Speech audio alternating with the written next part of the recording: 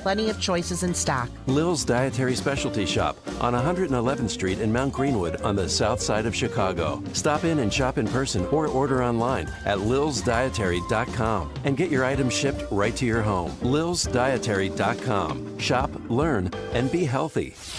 This hourly segment is brought to you by The Insurance Guy. Tune in Saturday afternoons 4 to 5 for The Insurance Guy with Steve Lishowitz, president of SVL Insurance Group.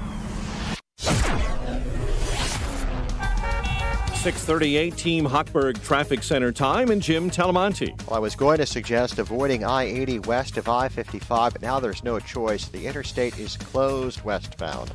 I-55 to the Minooka interchange due to a major wreck involving a jackknife semi, which was initially headed eastbound.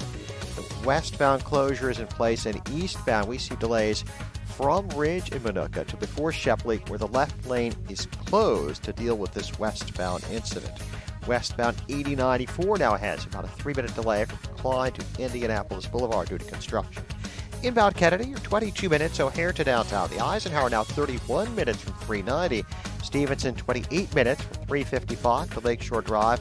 The Bryant 14 minutes from 95th. I'm Jim Talamonte on AM 560, The Answer. Our friends at Channel 9 just showed us some video of that mess on I-55. It is a high-qualified mess this morning, so be careful out there. Chicago's Morning Answer continues next. AM 560 Weather Center forecast. Cloudy, cooler, couple of showers. High 54, patchy clouds, 42 overnight. 49 at O'Hare, next news at 7. Chicago's Morning Answer with Dan and Amy continues next on AM 560, The Answer. From the Matrix Home Solutions studios, this is Chicago's Morning Answer on AM 560, The Answer. Listen to AM 560 The Answer online at 560theanswer.com, on the AM 560 mobile app, on your Alexa-powered smart speaker, and on TuneIn, iHeart, and on Odyssey. If you're looking for the latest news, insight into what it means, and the sharpest opinion, there's only one station in Chicago where you can turn, and it's this one. We're AM 560, The Answer. Dan and Amy, following up on that story Mike Scott reported regarding Augustana's Parker Hansen, the college baseball player from South Dakota, whose prosthetic arm was in his backpack, which was in his car, which was stolen. Yeah, and it's ironic because his parents always told him that he would lose his head if it wasn't screwed on. Just an arm this time. Oh, Dad. Oh, no, that's so mean. No, Amish texter texting in. When his pitching coach says, "Don't throw out your arm," he really means it. You guys are so... Come on. You're better than that, Parker man. Hansen can take it. I'm It's sure he all makes good jokes, fun. too, yeah. Yeah, Jim Abbott. sure. Jim Abbott used to joke about. Yeah, and then our friend Mike with one eye, he takes his One-Eye eye out. Mike, yeah. One-Eye Mike, and he puts, Yeah. cleans his eye in Miller Lite beer and then puts his eye back in. There's a guy who never has to worry about double vision. Hi-yo. Hey. All right, making fun of people with injuries or disabilities all morning. That's real nice. Yeah, real nice, real nice. All right, speaking of ignorance, pleased to be joined by Joakim Book, visiting scholar at the American... I'm talking about our ignorance. Right. Joakim Book, visiting scholar at the American Institute for Economic Research. We took the Gapminder Institute test that he wrote about. I scored a 13 out of 13. I got... With a lot of aid and help and great inflation. Amy got a 12 out of 13. very kind. But it was, but the Gapminder test was the perfect setup to talk about what people think about the world if they just passively consume the fear-mongering content from politicians and media versus what's actually happening, thanks to real people in the world trying to improve the human condition. Joakim Book, thanks for joining us again. Appreciate it. Thank you very much for having me, and that's a fantastic segue, and I'm loving the joke this morning. Okay, good. I'm glad you have a sense of humor. This will be our last show, so enjoy it. Joakim, so we talked about the Gapminder test and some of the things, what percentage of the world actually lives in poverty, what percentage of children in the world have received at least one vaccination. And it was so fascinating that how Nobel laureates and academics score so poorly on the Gapminder test because, of course, they believe their own fear-mongering. But the question then becomes, okay, well, we have media that has a massive blowtorch and amplifies politicians who share their apocalyptic worldviews. So, what are little old me and little old Amy to do about that to try and combat what they're promulgating? Yeah, I mean, it's always hard to, like, what are we individual people supposed to do about something that's very hard and very global and very big? But of course, yeah, just speak the truth and just, like, learn. Those are my general advice. Like, try to be humble about the world and try to, like, realize that maybe things aren't as bad as you suppose that they are, and try to like, do your own research kind of thing, or, you know, at least read up on things.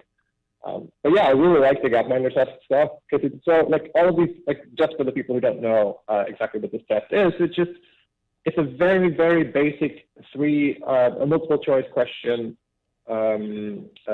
questionnaire where with information that are uncontroversial, reported by the UN, reported by, you know, the big organization, like, nobody questions these. These are very very simple, undisputed numbers, right? Like life expectancy in the world, or how many babies do, you know, the average woman, I don't know, that question might not actually be in there. But things like that. And most people do get it wrong, and even highly educated people get it wrong. And they don't. And the interesting part to me isn't that people get things wrong. Like, if you hand me a quiz like this about physics, I'm going to get all of them wrong. So it's like, that's not really what's interesting to me. What's interesting is that you get consistently pessimistic answers.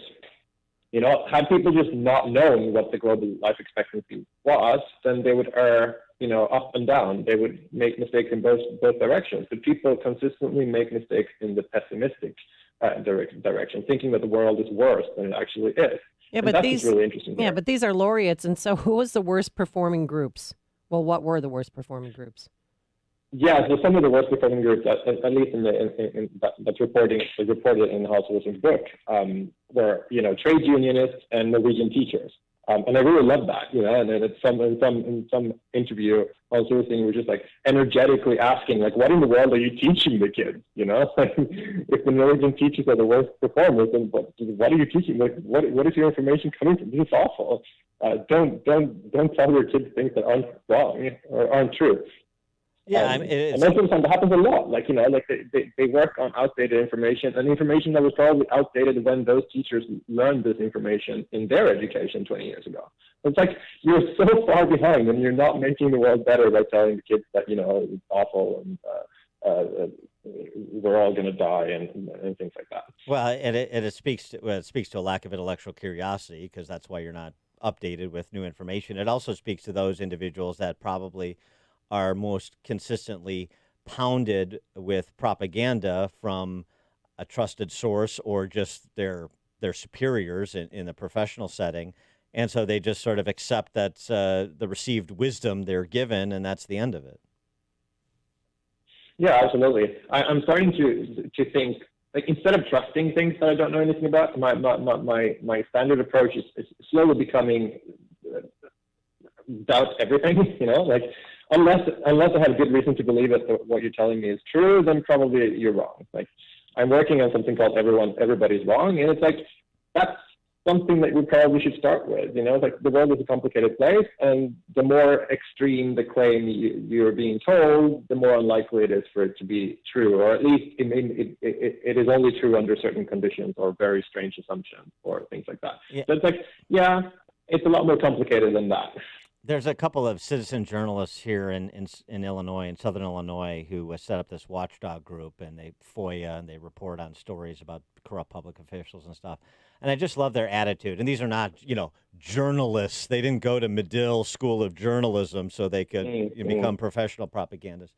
They're just people that are actually interested, you know, they're civic-minded, and they're interested in holding politicians accountable, particularly in Illinois. And just two questions frame every thing they investigate. Who says, and what evidence do you have? If people would just ask those questions, regardless of the issue, regardless of the contention, who says and what evidence do you have? If they would ask those questions about everything that they consume, they'd be a lot better informed. Yeah, and I would add something that I also learned from Hans Rosling, which is like always compare your numbers. Like whenever you report a number for something, then give me the context. Give me the what was that number a year ago? What was that number 10 years ago? Do smart people in the field think that this is a big number or a small number? Because most of us don't walk around with a dictionary of numbers and the reference points to know that if 12 people died in a car accident or 100 people were poisoned by whatever. Like, is that a lot or is that not very much? Like, I don't know. It sounds like a lot in my head, but I have no idea.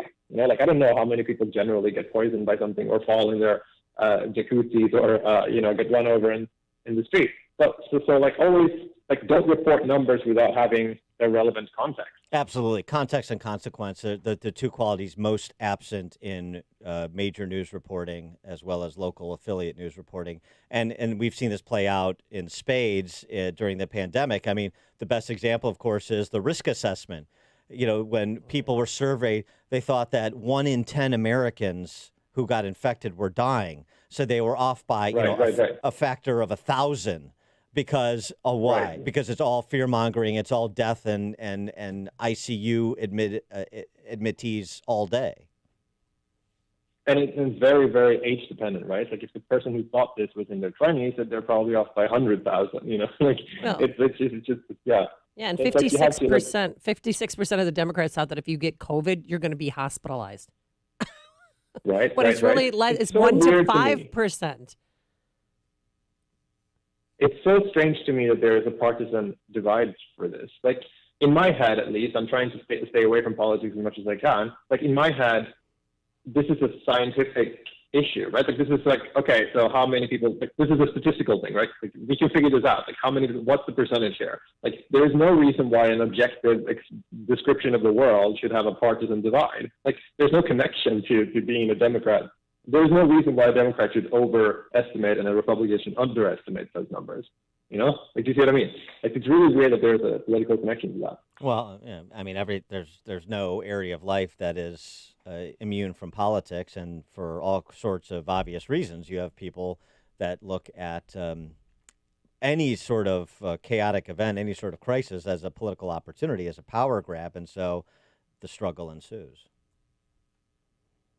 That's absolutely right. Like, but I don't like it. I don't want it to be that way. And I actively encourage people in my surroundings not to do that. Like the personal is not political or whatever the slogan is. Well, it's funny too, because what happens if you try to have a conversation about just sort of the data, the science and the data about some aspect of COVID, if there's disagreement, in terms of the attitude that you're encountering, say, well, I don't know. I think it's a little bit more serious than that, or I think we should wear 2 masks or whatever, and you go through the science. Mm-hmm. And you say, well, it's like, you sound like a Trump voter. And then you have to say, well, maybe I did vote for Trump, but that has nothing to do with this. Well, if you're a Trump voter, then I could just dismiss you out of hand. I mean, it's one of those things where there's not, again, real intellectual curiosity.